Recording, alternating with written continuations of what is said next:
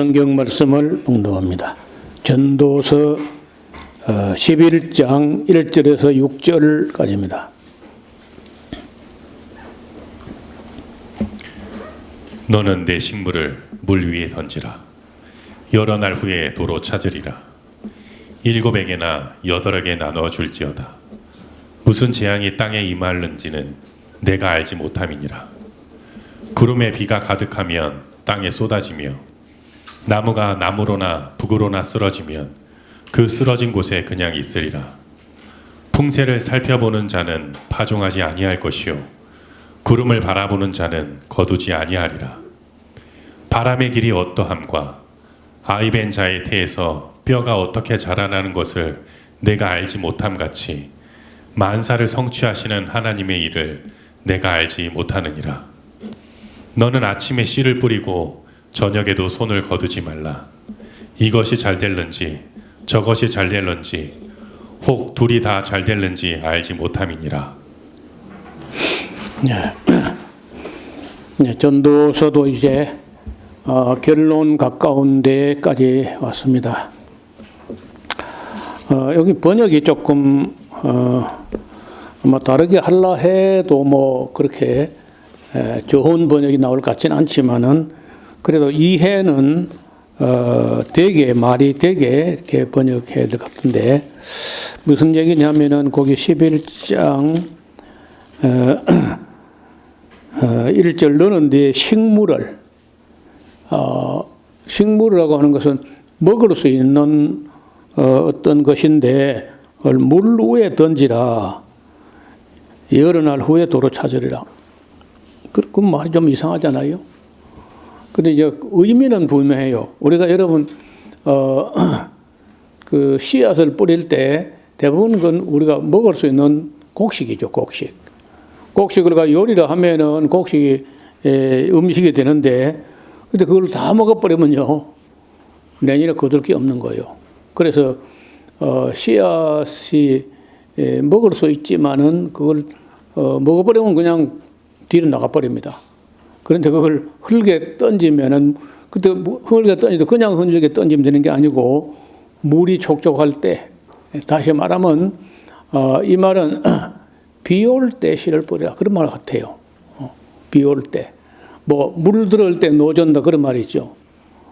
물도 안 들었는데 배가 그저 모래톱에 빠져 있는데 그거 아마 노져봐야 헛방이고 물이 들어올 때 노를 져야 되는 것처럼 물이 들어왔을 때 비가 올 때 그때 네 식물이 될 수 있지만은 그걸 뿌려야 돼. 뿌려. 그래야 좀 지금은 아깝지만은 거둘 게 있는 거죠. 그런 의미로 보시면 되겠습니다. 앞에 좀 그 영상으로 조금 보는 게 좋겠어요. 비가 올 때 씨앗을 뿌리는 걸 잊지 말아라. 지금 이제 11장, 12장은 전도자 솔로몬의 유언과 같은 말씀이에요. 결론과 같고 유언과 같은 말씀인데 또 이걸 다른 말로 하면은 이 말을 풀이하면은 그 다음 절이야. 2절에 7에게나 8에게나 나누어 주라 그 말이다. 우리가 남에게 나누어 주는 것은 얼른 보면 내게 없어지니까 손해잖아요.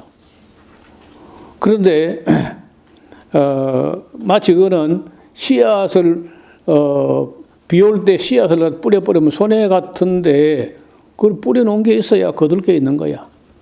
그래서 그 7명이나 8명에게 나누어 주는 사람이 돼야 돼.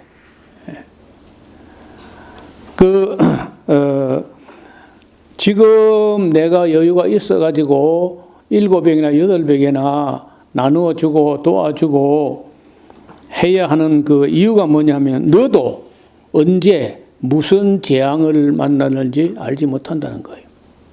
한 사람이 항상 잘 되면 좋겠지만은 그렇지 않을 수가 많아요. 지난번에 우리가 봤잖아요. 형통한 날도 있고 공고한 날이 있는 거예요. 사람마다. 그래서 내가 형통할 때 어려운 사람을 돕지 않으면요. 내가 공고할 때 아무도 나를 도울 사람이 없는 거야. 그래서 7에게나 8에게 나눠줄 수 있는 삶.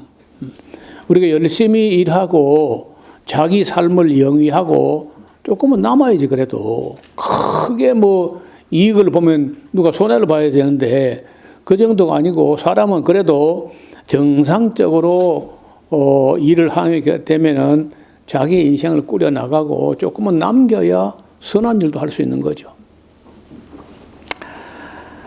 재앙이 땅에 임할 때 네가 알지 못한다. 우리는요, 오늘까지는 뭐 잘 먹고 잘 살았다고 손쳐도 내일 내가 어떻게 될지 몰라요. 여러분, 지금 그 영국이나 프랑스 같은 나라가, 독일 같은 나라가 저렇게 어려워질 거라는 상상도 못 했어요. 근데 갑자기 지금 어려워진 거예요.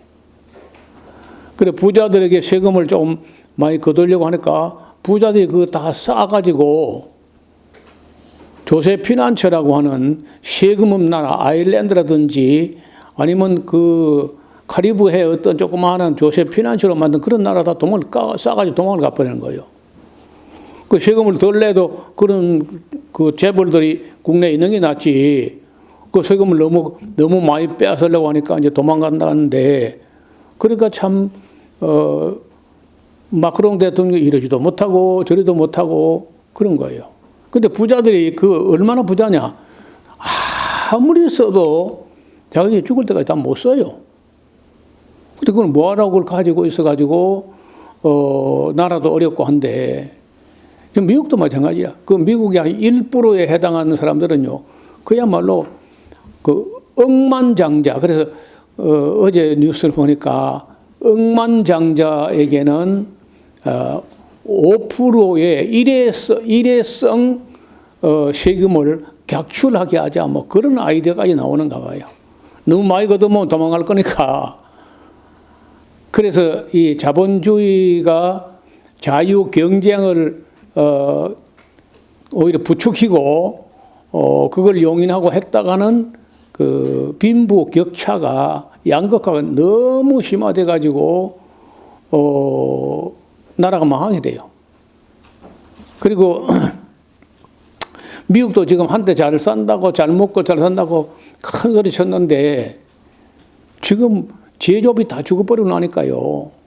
억만장자는 어려울수록 돈 벌어요. 여러분, 우리나라에도요, IMF 같은 그런 때에 어떤 사람들은 직장도 잃어버리고 뭐 망해버렸지만, 그때 어려울 때 많은 그 재산들이 가격이 평가절하돼 가지고 부자들은 그때 돈을 거머서 오히려. 그 미국은 어려움이 경제 공황이나 어려움이 닥칠 때마다 모든 재산들이 부자에게로 다 쓸려 넘어가 버리는 거예요.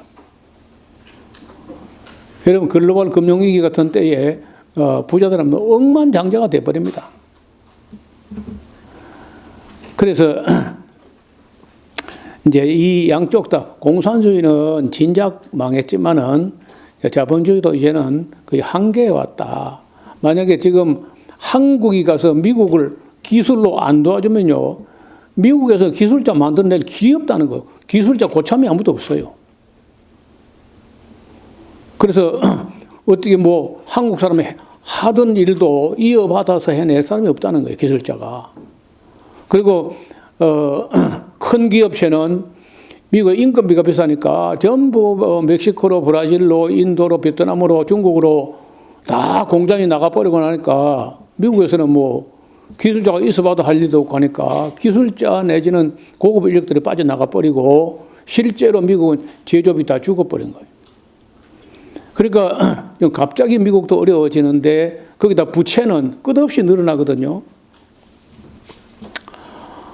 자, 이렇게 되는 걸 우리가 보면서 이 부자라고 하는 사람들은 7배이나 8배이나 나누어주는 그런 지혜가 있어야 돼요.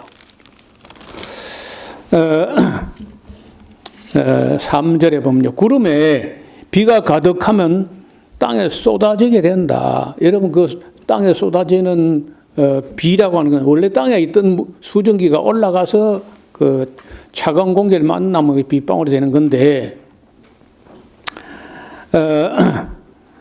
나무가 나무로나 북으로나 쓰러지면 그 쓰러진 곳에 그냥 있고 일어나지 못합니다.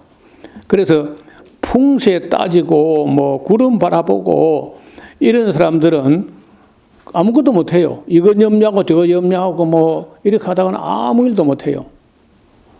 그런데 제가 어려서 농사를 지어 보고 뭐 지금은 제가 농사가 아니고 뭐 취미로 그저 뭐 과일나무로 돌아가지만은 옛날에 우리 어머니가 하는 거 보면요,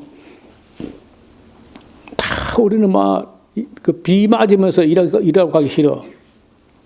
근데 꼭 비를 맞으면서 뭘 심어야 잘 돼요. 예를 들어서 고구마 모종을 한다. 고구마를 이제 밭에다가 이렇게 두둑을 만들어 가지고 순을 잘라 심을 때 그 비 올 때 가서 해야 잘 살아요. 고추 모종 이종하러 간다. 그럼 다 가기 싫죠. 일요일 하루 쉬고 싶은데 꼭 또 고추 모종하러 꼭 비 올 때 가면 비 올 때. 그러니까 비 올 때 안 하고 뭐 바람 분다고 안 하고 이래 안 하고 저래 안 하고 하면 나중에 거둘 거 아무것도 없는 거예요. 그래 우리 어른들이 하는 말이 그 비 올 때가 일하기 좋다는데 어릴 때는 참 이해가 안 됐어요. 근데 지금 보니까 그 비 올 때 나가면요, 일단 안 더워. 그렇죠.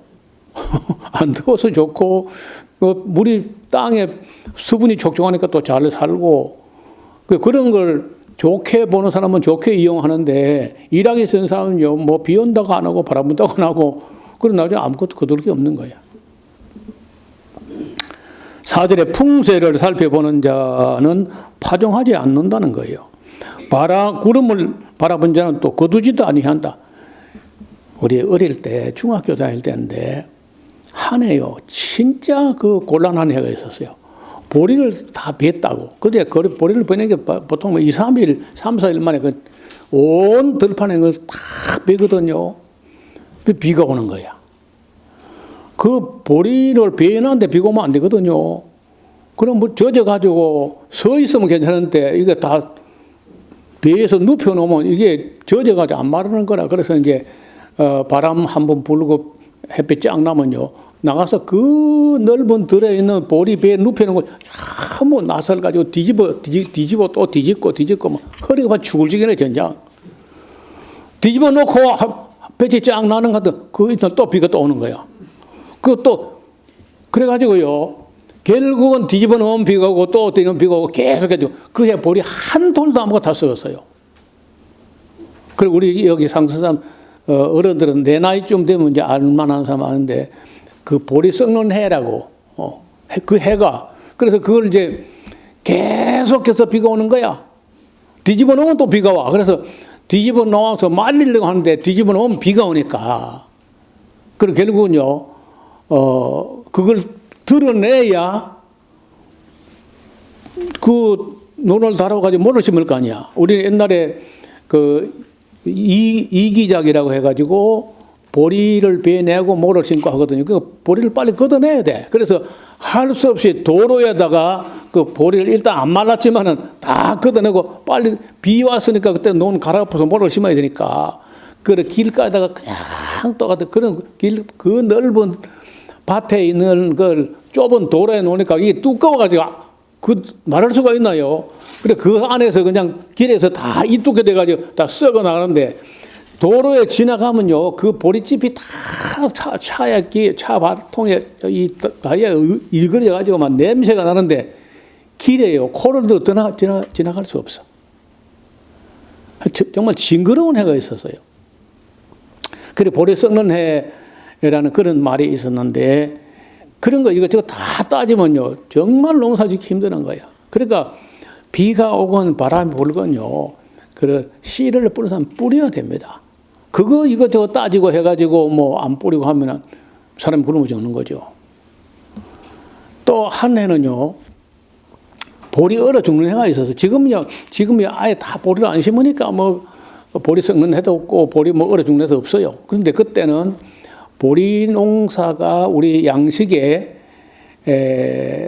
절반 가까이를 차지할 때입니다. 근데 보리를 다 심었는데 그 해에 보리를 심어도요, 보리도 심어 놓으면요, 겨울에 비가 오거나 눈이 와야 돼요.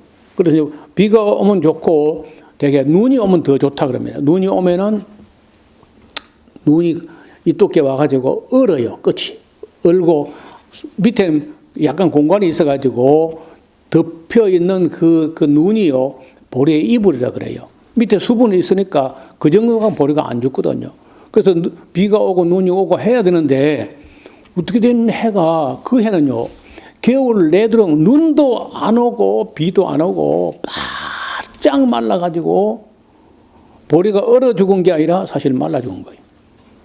그리고 들판에 보리가 거의 없었어요. 그 두 해를 제가 다 기억을 하는데 어릴 때 보리 썩는 해, 보리 얼어 죽은 해. 그래 어떻든 그런 거 다 그래도 여러분 농부는요 작년에 보리가 썩었다고 올해 보리 농사 안 짓거나 작년에 보리가 얼어 죽었다고 올해 보리 농사 포기하거나 그래 하지 않습니다. 그냥 비가 오는 거 안 따지고 바람 부는 거 풍세가 안 따지고 그냥 철이 돌아오면 또 뿌리고 또 심고 한다는 거예요. 그리고 우리가 안 굶어 죽었지. 여러분 5절에 바람의 길이 어떠함과 그 아이 벤제 태에서 뼈가 어떻게 자라는가 네가 알지 못해. 여러분 우리가 뭐 안다고 해도요. 우리가 아는 것지 뭐 진짜 얼마 안 돼.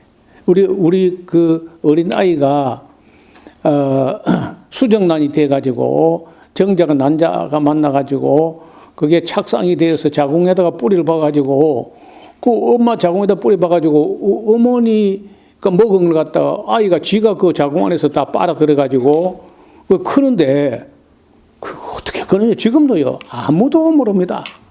뭐 산부인과 아니라 별 뭐 분자 생물을 다 해도 어린 아이가 어떻게 그 자궁 안에서 난자 정제가 만나가지고 그걸 어떻게 세포가 만들어지고 입체적으로 이게 다 커가지고 사람이라는 형상이 만들어지면서 그것을 어떻게 혼자 심장을 만들고 어떻게 그 피를 돌려가면서 하는지 지금 이 세상에 있는 그 생물학자, 산부인과 다 모여도 몰라요. 우리가 그 뭐 안다고 뭐 교만 떨지만요. 아는 거 얼마 안 돼. 네, 지금은 미국이요. 희한한 나라 됐는데 결혼을 안 해요. 안 하는 게 아니라 못 하는 거야. 왜? 아는 게 너무 많아. 상대방에 대한 자료를요, 뽑으면요, 쫙 자료가 뽑히는데, 그거 알고 나니까 못 하겠어, 결혼을. 그래가지고 결혼도 이제 AI가 결혼을 이제 주선을 할 모양인데, 못 하는 거요. 그래서 지금 미국도 젊은 층은 1인 가구가 50%, 60%야. 알아보니까 못 하겠다는 거예요.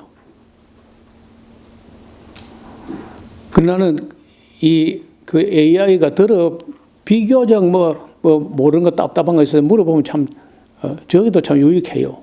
그런데 이것 때문에 인류는 틀림없이 망합니다. 나는 볼 때마다 틀림없이 망해.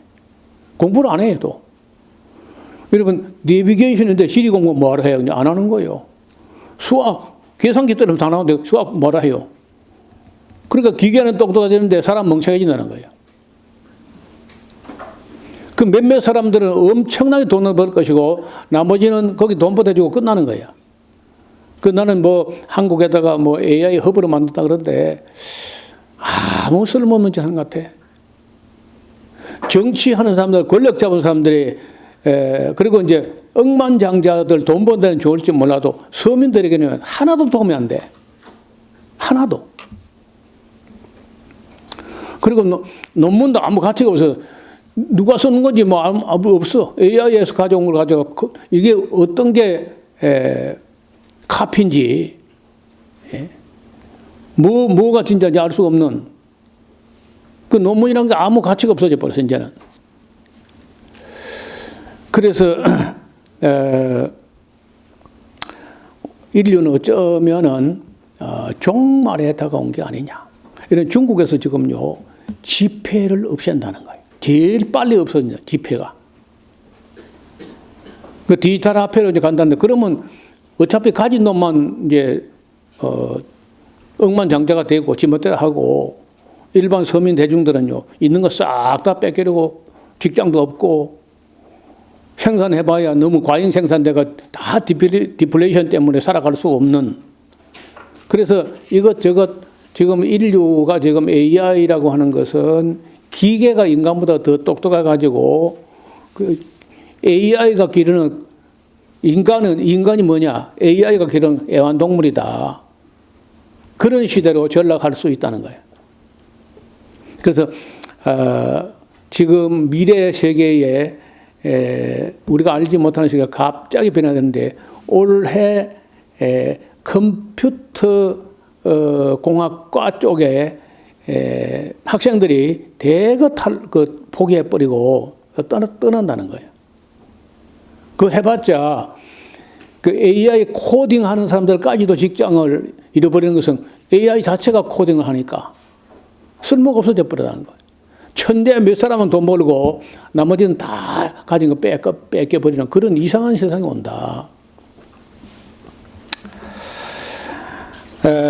그래서 다시 이제 결론이요. 6절에 너는 아침에 씨를 뿌리고 저녁에도 손을 거두지 말라. 이것이 잘 되는지 저 잘 되는지 둘 다 잘 되는지 우리는 잘 몰라. 그러니까 모르면요. 안 뿌리면 되는 게 아니라 모르면 더 뿌려야 돼. 더. 어느 게 잘 되는지 모르니까. 그래서 7배나 8배나 나누어주고 뿌리고 이렇게 심어야 거둘 게 있다는 거예요.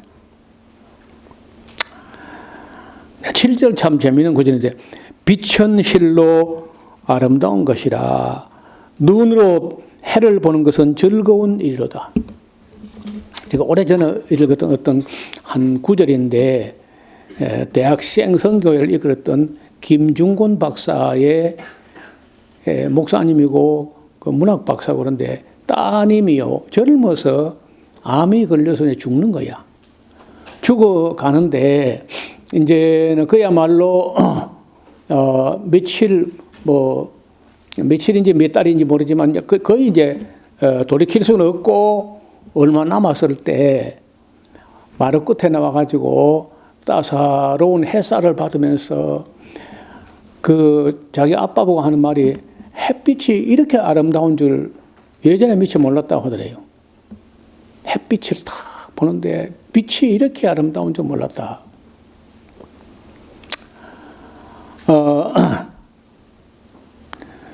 여기도 빛은 실로 아름다운 것이라 눈으로 해를 보는 것은 즐거운 일.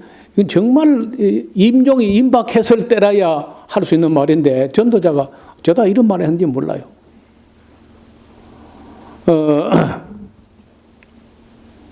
얼마 안 가 소리는요. 빛을 보지 못하고 깜깜한 날이 올 수 있습니다. 그리고 사람이 8절에 여러 해를 살면은 항상 즐거워 할지로다. 그러니까 항상 즐겁기 어렵지만은 그래도 어떻게 해든지요 삶을 즐겁게 만들어가는 지혜가 있어야 돼요. 오래 살도 못하면서 맨날 아웅다웅 찍자 붙자 티격태격 왕배덕배 하지 말고 삶을 아름답게 즐겁게 사는 지혜를 배워야 돼. 그러나 깜깜한 날이 많으리니 그날은 생각할지로다. 장래일은 다 헛되다. 미래 때문에 오늘을 다 포기하고 그래 하지 말라는 거예요. 미래는 몰라 어차피. 그래서 오늘 우리가 누릴 수 있는 걸 다 포기하면서 미래 알도 못하면서 그렇게 사는 것은 미련한 일이야. 오늘 즐길 수 있는 것은 누리고 즐기고 하며 감사하는 게 낫지 미래 생각하느라고 오늘 다 포기해버리고 나면요. 그 미래에 깜깜한 날이 와버리면 아무것도 아니야. 저는 향락주의는 아니지만은 우리가 삶을 즐기고 누렸을 때 누리고 즐기고 감사해야지 맨날 이마에 빨래판을 버티고 미래 생각한답시고 오늘 다 포기해버리고 그런 것은 미련한 일이야. 인생이요. 다 근심하고 염려하고 이렇게 해서 살다가 정말 즐겁고 누릴 수 있는 날이 얼마 안 돼요. 그래서 여러분 봄이 오면요 꽃도 보러 가고 가을이 오면 단풍도 보러 가고 하나님께서 만든 세상 아름다움도 누리고 즐기고 할 걸 누리라고. 괜히 그저 금욕주의처럼. 여러분 기독교는 금욕주의가 아닙니다. 그래서 후회가 없어요. 여러분 앞을 보시면요. 이게 지금 1130년부터 1200년까지 살았던 송나라 시대에 북건성 우계에 태어난 주자라는 사람이 있었는데 이름이 주희죠. 주희. 이 사람이 그 주자 10해라고 하는 사람이 크게 10가지는 후회하게 된다. 어릴 때 제가요, 이걸 벽에다가 탁 써서 붙여놓고 자주 읽어보고 했어요. 불효 부모 사후회. 부모에게 그 효도하지 않으면 부모 죽은 후에 반드시 후회한다. 불친가족 소후회. 가족끼리 친목하지 못하면 헤어진 후에 반드시 후회한다. 소불근학 노후회. 젊어서 열심히 공부 안 하면 늙어서 반드시 후회한다. 안불사는 폐후회. 편안할 때 어려운 날을 생각하지 않으면요, 폐가 망신한 후에 반드시 후회한다. 부부를 검용 빈 후에 부자 여유가 있을 때 검소하게 하지 않으면요, 그 가난해진 후에 반드시 후회한다. 춘불경정 추후에 봄에 씨를 뿌리지 않고 밭을 안 갈면 가을에 반드시 후회한다. 불치원장 도후에 담벼락과 문단속을 제대로 안 하면 도둑 맞은 후에 반드시 후회한다. 색불 근신 병후회. 주색을 너무 즐기다가는 병들어 반드시 후회한다. 치중망은 성후회. 술 깨가 계엄해놓고 또 나중에 깨고 나면 정신 하나면 후회하는 거예요. 망령된 소리 해가지고. 불 접힌 게 그 후에 이 손님 왔을 때 영접하지 아니하고 대접을 안 해놓으면요, 그 사람 한 후에 후회한다는 거예요. 그래서 이 10가지 기본적으로 사람이 살아갈 때 효도하고 가족 친목하고 그리고 젊을 때 부지런히 공부하고 여유가 있을 때 어려운 날을 대비해서 보험이라도 하나 들어놓고 괜히 허황된 일에 낭비하거나 그렇게 하지 말고 검소하게 살아야 되고, 그리고 봄에 눈물을 흘리면서라도 씨를 뿌려야 돼. 그리고 언제 얻을지 모르니까 문단속, 담장단속을 잘 해야 되고, 병 걸려서 그래 안 하려면 젊어서부터 건강관리 잘 해야 됩니다. 술 취해가지고 또 그 행설수설하다가 깨고 나면 후회하는 것이고, 대접할 수 있을 때 기회를 놓치면요, 그 손님 간 후에 후회한다는 거예요. 10가지 후회. 주자 10회라고. 이런 것은요, 성경에 보다도 이 유교의 전도사가 바로 이 주자였어요. 공자 이후에 1500년 후에 주자라는 사람이 유교의 전도자처럼 이렇게 성리학을 완성한 그런 인물인데, 말을 참 얼마나 생각하고 인생을 생각하고 이런 10가지 후회한다 하고 우리로 하여금 주자 10회라고 하는 걸 남긴 거예요. 자, 12장입니다.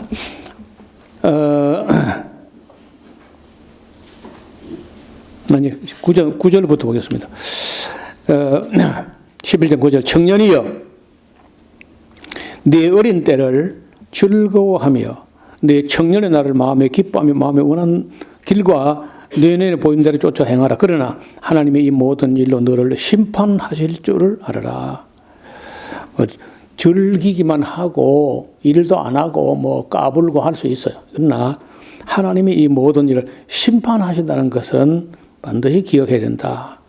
그런 이제 근심으로 네 마음에서 떠나게 하여서 또 악으로 네 몸에서 물러가게 해가지고 어릴 때와 청년의 때가 다 헛된 거니까 그런 거 즐거운 거 다 해봐야 별거 아니야.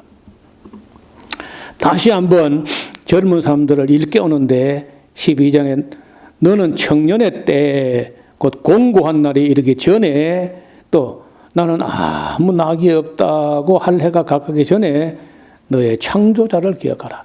여러분 이 유교의 그 윤리가 참 대단하고 불교 철학도 참 대단해요. 그런데 뭐가 없느냐? 창조주가 없어요. 다시 말하면 동양 철학에서는 존재론이 없어. 존재론. 다시 말하면은 이 모든 존재를 존재케 한 존재자. 그 자존자예요, 자존자. 그리고 성경을 보니까 그게 탁 나오는 거예요. 나는 스스로 있는 자라 하고, 와, 저 얼마나 그 일반 철학이나 이래 동양 철학을 하다가 서양 철학도 해보다가 다 찾지 못해요.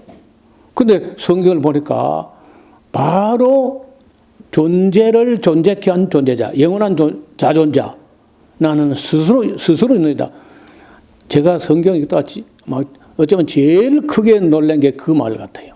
나는 스스로 있는 자다. 또 서양 철학에서는 이런 말이에요. 부동의 동자. 모든 것을 움직이게 하면서 자기는 움직이지 않을 수 있는 자. 그 부동의 동자라 그래.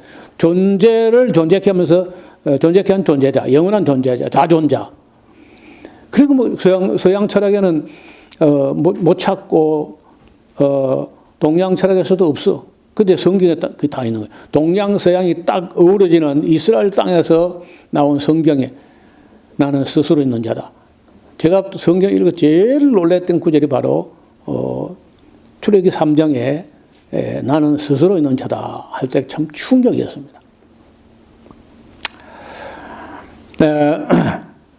창조자를 기억하라. 그 줄을 끊어요. 청년의 때에. 그러니까 나라는 존재는 무슨 일을 하기 위해서 여기 존재하게 됐는가? 내가 이 시대에 여기에 존재하는 이유가 뭘까? 나라고 하는 나는요, 내가 알고 온 게 아니잖아요. 내가 몇 년도 태어난 것도 아니고 나는 한반도 태어나라 그래 태어난 것도 아니잖아요. 그래서 어떤 철이 들어보니까 내가 어느 시대에 어느 지역에 내가 떨어져 있는 거예요. 그래서 나를 여기에 떨어뜨려 둔 분은 누군가? 우리 아버지나 우리 어머니는 그냥 하나의 이용된 것뿐이고 하나님이 그렇게 한 건 하나님께서. 하나님이 나를 이 시대에 여기 떨어뜨려 둔 거예요.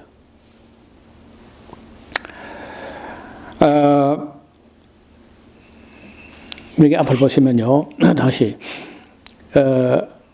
여러 해를 살면서 선을 행하지 못했다면 헛되게 산 거야. 그러한 사람에게는 깜깜한 날이 기다리고 있다는 것을 잊지 말아라. 젊은 날에 놀기만 하다가는 머지않아서 깜깜한 날이 온다. 후회할 날이 온다는 거예요. 이러한 경우는 성경에만 있는 것이 아니라 동양의 제자 백가들이 후세를 살아갈 후학들을 위하여 명언들을 남기도 했는데, 그러나 그런 성현들이 남긴 말 중에 창조주를 찾으라는 말이 안 나와요. 그래서 제가 다른 모든 동양 철학, 서양 철학을 다 내려놓고 신학을 택한 겁니다. 성경 말씀이 가장 위대한 것은 사람으로 하여금 창조주를 찾으라는 말씀이 나타난다는 거예요. 그래서 누구의 말 부분적으로 다 일리가 있죠. 공자님 말이 뭐 옳은 말이 많아요. 석가모니가 한 말도 옳은 말이 많다니까. 그러나 하나님 말씀은 아니야. 그래서 누구의 말보다도 창조주 하나님 말씀이 중요하다고 생각합니다.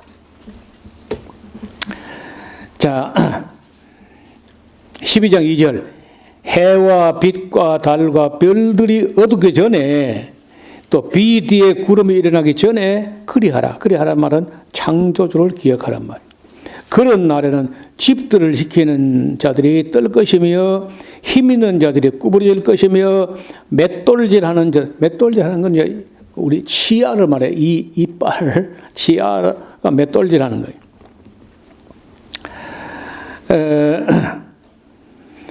적음으로 그칠 것이며 창들로 내다보는 자가 눈이 어두워질 것이며 길거리 문들이 닫힐 것이며 맷돌 소리가 적어질 것이며 새의 소리를 인하여 일어날 것이며 음악하는 여자들은 다 쇠하여질 것이며 그런 자들은 높은 곳을 두려워할 것이며 길에서는 놀랄 것이며 살구나무가 꽃이 필 것이며 메뚜기도 짐이 될 것이며 원욕이라고 하는 정욕이나 탐욕이나 이런 게 다 그치게 되는데 이는 그 사람이 자기 영원한 집으로 돌아가게 되고 곧 이어서 그저 조문객이 왔다 갔다 하고 금방 그렇게 돼 금방.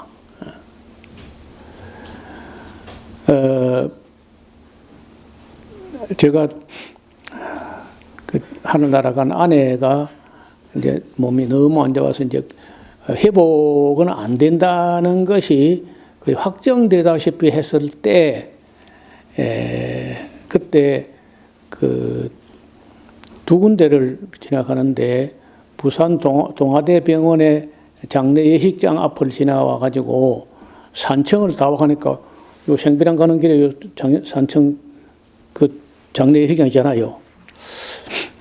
나도 머지않나 사람들이 나를 이쪽으로 찾아올 때가 곧 올 거다.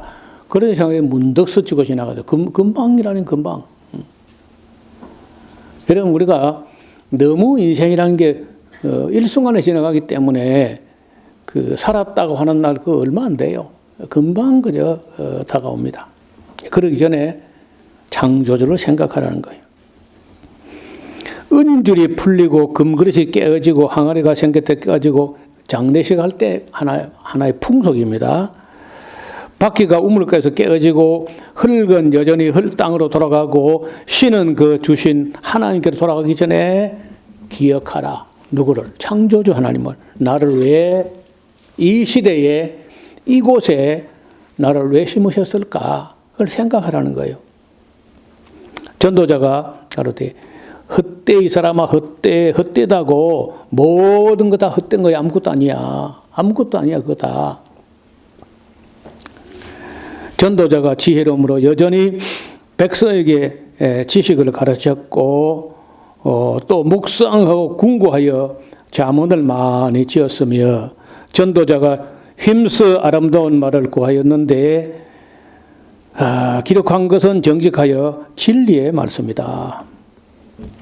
지혜자의 말씀은 찌르는 채찍 같고 회중의 스승의 말씀은 잘 박힌 못 같으니 다 한 목자에 주신 바니라. 회중의 스승의 말씀이라는 말이 전도서, 코헬레 뜨바림, 카할, 회중에게 선포하는 말씀이라. 그런 뜻이 전도서는. 설교는 설교.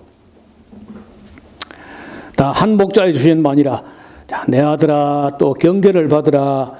여러 책을 짓는 것은 끝이 없고 많이 공부하는 것은 몸을 피곤케 하느니라. 자, 일의 결국을 다 들었다면은 하나님을 경외하고 그 명령을 지킬지어다. 이것이 사람의 본분이니라. 원래 이제 이 제목을 사람의 본분 이렇게 하려고 했다가 전에 사람의 본분이라는 제목으로 설교한 적이 있는 것 같아요. 오래전에. 그래서 전도자의 유언이라는 제목으로 오늘 말씀을 드렸는데 일의 결국을 다 들었으니까 하나님을 경외하고 공경하고 두려운 줄 알고 그리고 그 명령을 지킬지어다. 이것이 사람의 본분이니라. 하나님은 모든 행위와 모든 은밀한 일이라도 선악간에 다 심판하신다. 결론은 심판하신다는 거예요. 자유를 주셨어요. 자유를 주셔가지고 놀 수도 있고 까불 수도 있고 떠들 수도 있고 아무튼 할 수 있는데 그러나 알긴 알아야 돼. 창조주가 보내신 목적을 따라서 내가 바르게 살았는가 아닌가 하는 걸 두고 심판하신다는 거예요. 그래서 전도서를 끝을 봐야지 끝까지. 그래 앞에서 쭉 헛된 거 얼마나 헛된 걸 많이 이야기해서 다 해 아래 폐단이다 헛된 것이다 헛된 것이고 그리고 뭐 참된 거냐. 창조주를 찾고 그 창조주가 나를 이 시대에 이곳에 심으신 뜻이 있을 거 아닌가. 그게 하나님의 명령인데 그 하나님을 경외하고 그 명령을 지키라. 이것이 사람의 본분이다. 이 본분을 따라 살았는지 안 했는지 하나님은 선악간에 반드시 심판하신다. 이게 전도자의 결론이고 유언이야, 유언. 그래서 여러분 연세가 들어갈수록 아까 전도서는 젊은 사람 보고도 하는 말인데 연세가 들어갈수록 전도서는 더 무겁게 들리고 더 비중 있게 들려요. 전에는 제가요 전도서를 한참 멀리서 보듯이 좀 그렇게 봤는데 제가 세상을 떠날 날이 가까웠는지 전도서가 이번에 비중 있게 들리고 정말 헛된 것과 참된 것이 무엇인지 다시 생각하는 그런 기회가 된 것 같습니다. 그래서 모두가 잊지 말 것은 나를 이 시대에 이곳에 왜 심으셨을까? 나를 심으신 뜻은 무엇인가? 꼭 생각하고 그 뜻을 쫓아서 최선을 다하고 또 비가 온다고 웅크리고 바람 분다고 웅크리고 또 7백이나 8백이나 나눠준 것도 아무것도 없고 자기가 자기만을 위해 살고 그래 살고 나면은요 나중에 뒤가 점점 두려워진다는 거예요. 그래서 물이 촉촉할 때 내가 먹어 없앨 수 있지만은 그걸 뿌리라. 심고 나누고 베풀고 하는 것이 하나님께서 기뻐하는 뜻인 줄로 믿습니다. 기도드리겠습니다. 하나님 아버지, 과연 전도자의 유언처럼 남긴 말씀을 오늘 또 우리가 함께 생각해 보았습니다. 비 오는 거나 바람 거나 개의치 아니하고 아침에도 저녁에도 해가 진 후에라도 뿌리고 심고 나누는 것을 잊지 말아야 하겠습니다. 아침에도 씨를 뿌리고 저녁에도 손을 거두지 말아야 할 이유는 어느 것이 잘 되는지 우리가 알지 못할 뿐 아니라 우리가 심고 흙고 나누고 베풀고 한 것만이 우리의 영원한 것이 될 것이고 내가 나를 위해서 쓴 것은 아무것도 아닌 것이 될 줄로 압니다. 아버지 하나님께서 지혜를 주사 전도자의 말을 잘 분별하고 하나님을 경외하며 그 뜻을 그 명령을 지키는 사람 것이 사람의 본분이며 이 모든 본분을 바르게 수행했는지 아는지를 두고 하나님이 심판한다는 것을 우리 모두가 잊지 않게 늘 생각나게 하옵소서. 예수님 이름으로 기도하옵나이다. 아멘.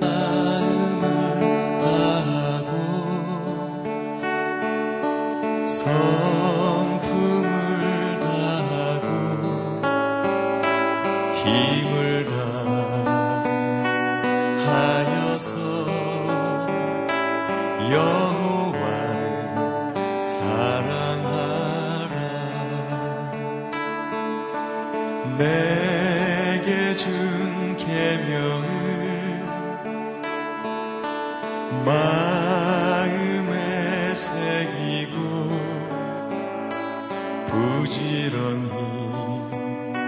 부지런히 이웃에게 전하여라. 그러면 내가 짓지 않은 큰 집을 주리라. 내가 심지 않은 과실을 먹게 하리라.